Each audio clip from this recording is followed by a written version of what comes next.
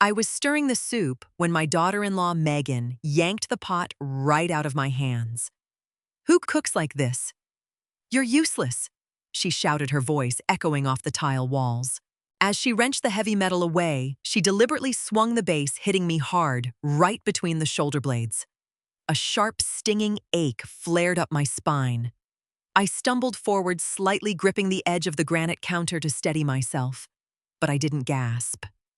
I didn't give her the satisfaction of a reaction. In the living room barely 20 feet away, my son Greg slouched deeper into the sofa. He aimed the remote at the television, turning the volume up to drown us out. He pretended not to hear, exactly like he always did. Megan glared at me, her chest heaving, waiting for me to apologize or retreat to my room. I simply wiped my hands on my apron, turned my back on her, and walked toward the dining area. 5 minutes later, a loud crash shook the kitchen. Greg ran in, tripping over the edge of the rug. He froze in the doorway, his mouth hanging open at what I had done.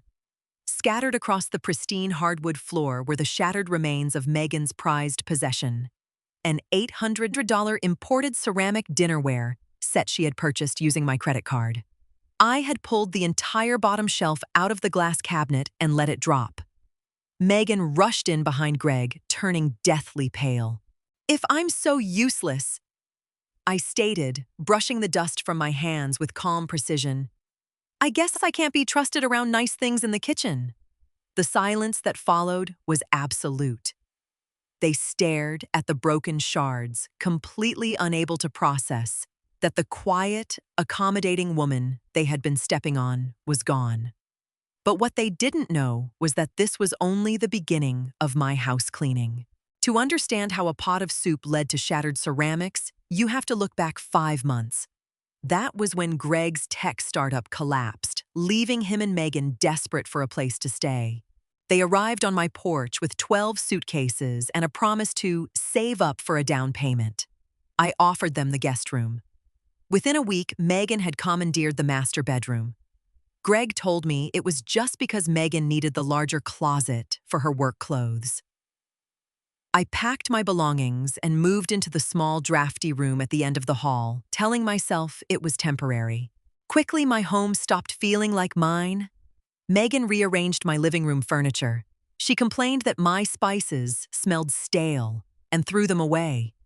She dictated when I could use the laundry machine, claiming my wash cycles were driving up the water bill even though I paid the bill. I watched Greg ignore her behavior, burying his face in his phone whenever she rolled her eyes at my cooking or mocked my clothes. I never cried. I never begged him to intervene. Tears don't pay the mortgage, and expecting a passive son to suddenly grow a spine is a waste of energy. The night of the ceramic crash, I swept up the shards in total silence. Megan locked herself in the master bedroom, refusing to speak while Greg sulked on the couch. I didn't apologize. I washed the soup pot, dried it, and went to bed. When I woke up at 6 the next morning, I didn't brew the expensive organic coffee Megan demanded every day. Instead, I carefully boxed up the fancy espresso machine she had placed on my counter. I carried it out to my car and locked it in the trunk. I was returning it. Then I prepared my next move. Megan emerged from the master bedroom at 8 o'clock, yawning and rubbing her eyes. She walked straight to the kitchen counter and stopped. "Where is my machine?" she demanded, hands on her hips. "Returned," I answered casually, sipping a cup of instant coffee at the dining table. "It was bought with my money. I decided I needed the refund more than you needed lattes." She scoffed, rolling her eyes. "You're being incredibly petty because of yesterday." Dismissing me, she flipped open her laptop at the kitchen island to start her remote workday. A few minutes passed before she groaned in frustration. "Did the Wi-Fi go down?" "No," I replied, turning a page of the novel I was reading. "I changed the password." Greg trudged down the stairs, his hair messy, holding his phone in the air. "Mom, Megan says the internet is out. I need to check my email for job alerts." "The new password costs $300 a month," I informed him, not looking up from my book. That covers your third of the utilities. You've been here 5 months, rent-free, consuming electricity and water. Greg blinked, leaning against the staircase. Are you seriously charging us for Wi-Fi? I'm charging you for living. I corrected, closing my book and looking him dead in the eye. Cash or Venmo is fine. Megan slammed her laptop shut. This is ridiculous, Greg. Do something about this. He ran a hand through his hair, looking trapped. Mom, come on. We're family. You don't charge family for the internet. Family doesn't hit me with hot soup pots, I stated evenly. I picked up my coffee mug, walked past them, and rinsed it in the sink. I wondered exactly how long they could survive in this house, without the screens they stared at all day long. By 10 o'clock, I pulled into the parking lot of my local bank. I sat across the desk from a teller I'd known for years and calmly removed Greg as an authorized user on all my accounts. I then canceled the 2 credit cards I had foolishly left in the kitchen drawer for their emergencies. When I returned home an hour later, I heard Megan pacing in the living room, speaking furiously into her mobile phone. I don't know why it declined, she hissed. Just hold the grocery order. I'll call the bank right now. She spotted me walking through the front door and lowered her phone. Lauren, did you do something to the credit card? I tried to order groceries on DoorDash and it completely blocked me. I canceled it, I stated plainly, slipping off my shoes. Her jaw dropped. How are we supposed to eat? With the money you earn from your job. I suggested hanging my keys on the hook. She narrowed her eyes, stepping closer. We are saving for a down payment. Greg told you that when we moved in. Saving your money while spending mine isn't a financial plan, Megan. It's theft. She stormed upstairs, stomping heavily on every step. I walked calmly into the laundry room. Her expensive silk blouses and Greg's gym clothes were piled high in my laundry basket, waiting for me to wash them. I scooped up the entire basket, walked upstairs, and dumped the pile directly in front of her closed door. I went back downstairs, unplugged the washer and dryer from the wall, locked the laundry room door, and pocketed the heavy brass key. Let's see how much she likes saving money when she has to haul her silk blouses to the corner laundromat. By Thursday, the atmosphere in the house was freezing, literally. Megan retaliated against my new rules by turning the central air conditioning down to 60 degrees. She knew the cold made the arthritis in my knees flare up painfully. To ensure I couldn't change it, she ordered a clear plastic lockbox online and installed it right over the hallway thermostat. It's my house, but I guess I need to adapt, I murmured to myself, staring at the plastic box. I didn't yell. I didn't grab a hammer and smash her little lockbox. I simply walked down the wooden stairs into the basement. I found the main electrical panel on the concrete wall. Scanning the labels my late husband had written, I found the heavy double breaker for the central HVAC unit. I flipped the switch to the off position. Then I closed the metal panel door and slipped a heavy brass padlock through the security latch, securing it tightly. I went back upstairs, wrapped myself in a cozy knit cardigan, and opened the living room windows to let the warm, late summer breeze drift inside. When Greg came home from running errands, sweating through his t-shirt, he tapped the locked thermostat. Why is it boiling in here? Megan marched out of their room, fanning her face with a magazine. Your mother broke the AC. I just turned the breaker off, I called out from the patio, watering my ferns. Since I pay the electric bill, I decide when the system runs. Unlock the basement panel right now, Megan demanded, stepping onto the patio. No, I replied, adjusting the spray nozzle on my hose. She looked like a kettle about to whistle. I smiled and moved on to water the hydrangeas. Saturday morning arrived with a crisp breeze. Megan and Greg were busy packing their overnight bags for a friend's weekend cabin trip. Megan complained loudly about the lack of cell service where they were going, tossing a pile of her designer clothes onto the living room sofa before finally stuffing them into a duffel bag. They left their breakfast dishes crusted with egg yolks in the sink, likely assuming I would spend the next 2 days cleaning up after them and sulking in the summer heat. They were entirely wrong. The moment their car pulled out of the driveway and disappeared around the corner, I sprang into action. I picked up my phone and called a local moving service I had booked 3 days in advance. 2 burly men in matching gray t-shirts arrived exactly an hour later. "Morning, ma'am. What are we moving today?" The taller one asked, wiping his boots carefully on the welcome mat.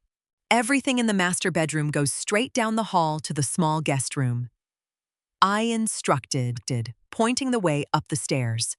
"And all my original furniture currently stuffed in that guest room comes back into the master." The men blinked in surprise but nodded, getting straight to work. Before they moved the smaller items, I personally boxed up Megan's expensive skincare products, her jewelry stand, and her collection of shoes. I packed them meticulously, wrapping the fragile bottles in towels. I wasn't going to give her a single excuse to claim I had damaged her belongings.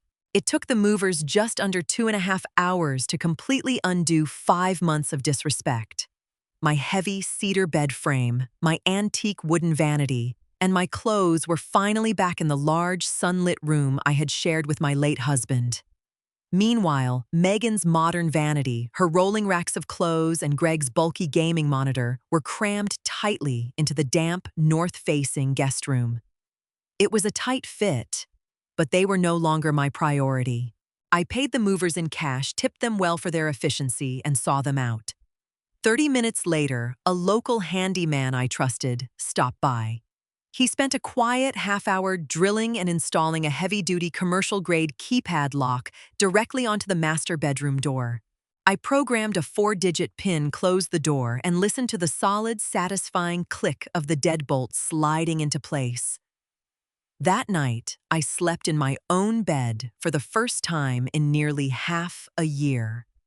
The familiar firmness of the mattress felt like heaven, and the space finally felt like home again. I knew Sunday evening would bring an absolute hurricane of a tantrum, but as I closed my eyes, I felt fully rested and completely ready for whatever they brought through my front door.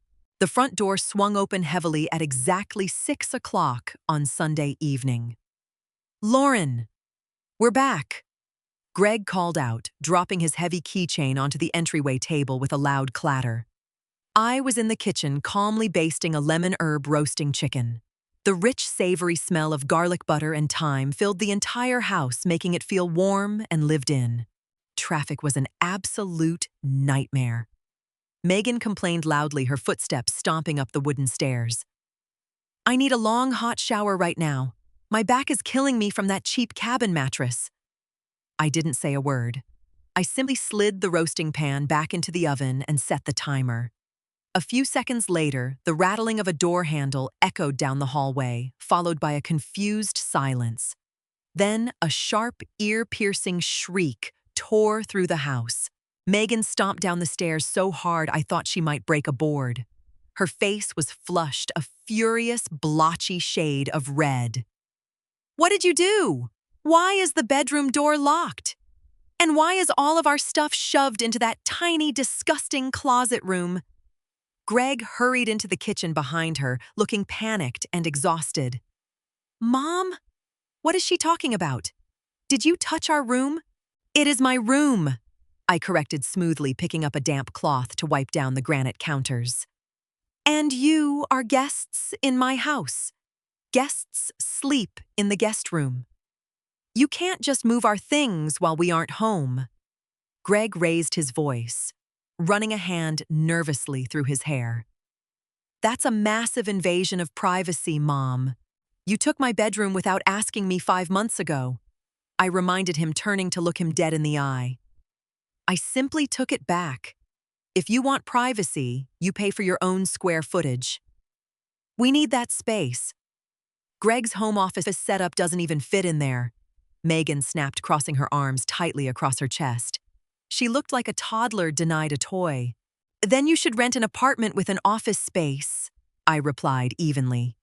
I reached into my apron pocket, pulled out a neatly folded piece of paper, and handed it directly to Greg.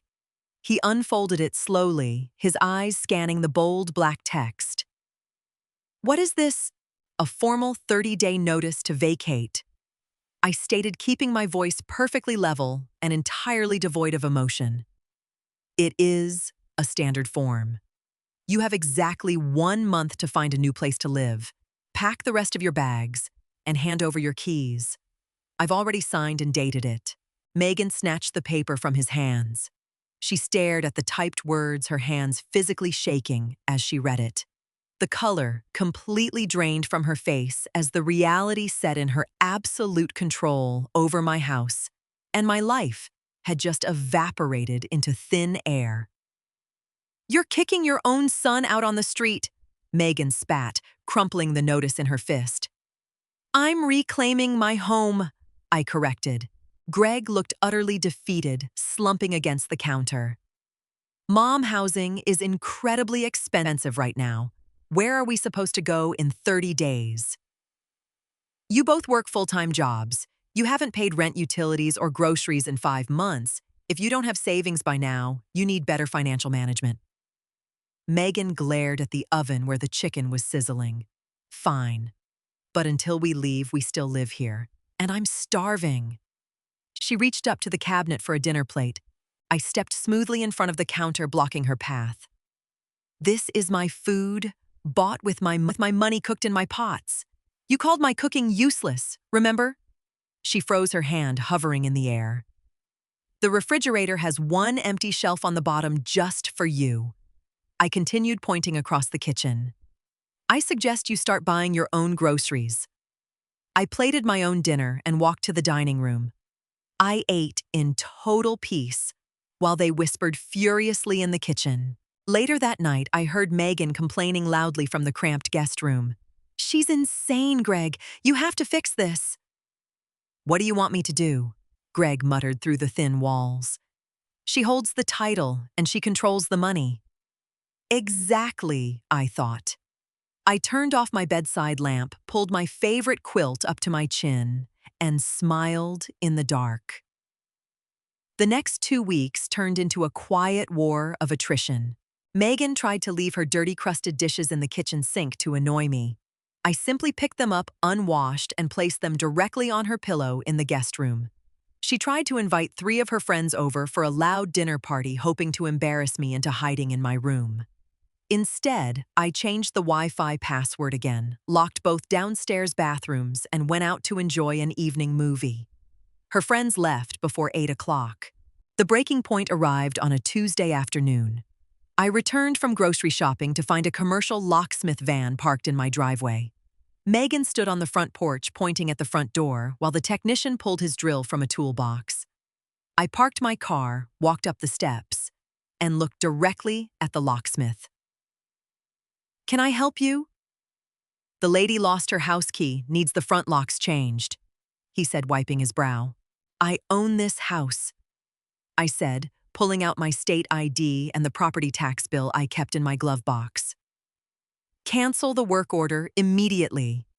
The locksmith checked my ID, looked at Megan's pale face, packed his tools, and drove off without a single word. Megan glared at me, trembling. "I don't feel safe with you having access to the house." "Then you shouldn't live here," I said, unlocking the front door. "In fact, you don't have to wait 30 days. You can leave right now."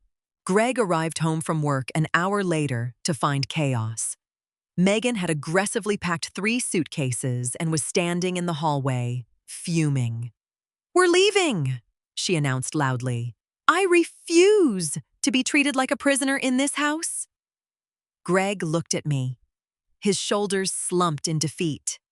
"Mom, I'm sorry it came to this. I really am." I looked closely at the boy I had raised. He had stood by and watched another woman mistreat me in my own sanctuary, choosing his own comfort and silence over basic respect. "I'm sorry too, Greg. But growing up means paying your own way and standing up for what's right. You did neither." He didn't argue. He picked up the heavy suitcases and carried them out to his car. Megan marched out behind him, not looking back once. When the red taillights finally faded down the street, I closed the front door and threw the deadbolt. The house was completely, beautifully silent. I walked into the kitchen, poured myself a tall glass of iced tea, and sat in my favorite armchair in the living room. I didn't feel lonely. I felt a massive, suffocating weight lift off my chest. I hadn't needed to yell, argue endlessly, or beg for respect. I just needed to remember that this was my house, my life, and my rules. The air felt remarkably clear. I took a slow sip of my tea, opened a new book, and finally relaxed. Looking back on those 5 months, the biggest lesson I learned wasn't really about how to handle an entitled daughter-in-law. It was about myself. For a long time, I sat in silence, waiting for my son to stand up for me, waiting for him to be the man I thought I raised. But the hard truth is, you can't wait for someone else to draw your boundaries for you. Respect isn't something you should ever have to beg for, especially under your own roof. I realized that I didn't need to scream, cry, or engage in their toxic drama to take my power back. I just had to stop freely giving it away. Sometimes the most powerful thing you can do is simply lock a door, turn off a switch, and remember exactly who owns the house. If you've ever found yourself giving too much to people who appreciate too little, I hope my story reminds you that it is never too late to take the keys back to your own life. Have you ever had to set a tough boundary with a family member? How did you handle it? Let me know down in the comments. I'd love to read your experiences. If you enjoyed this story and want to hear more about women standing their ground and taking back control, please hit that like button and subscribe to the channel.